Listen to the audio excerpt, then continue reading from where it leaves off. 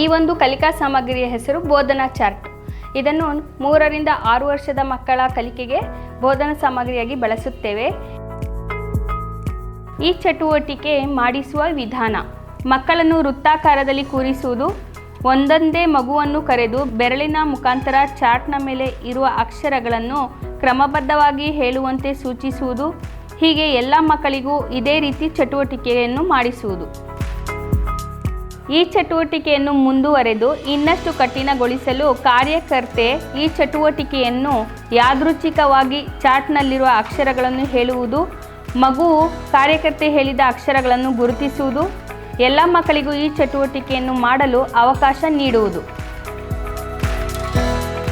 ಇದರಲ್ಲಿ ಮಕ್ಕಳು ಅಕ್ಷರಗಳನ್ನು ಗುರುತಿಸುವ ಜೊತೆ ಪದಗಳ ಪರಿಚಯವೂ ಆಗುತ್ತದೆ, ಚಿತ್ರಗಳ ಪರಿಚಯವೂ ಆಗುತ್ತದೆ.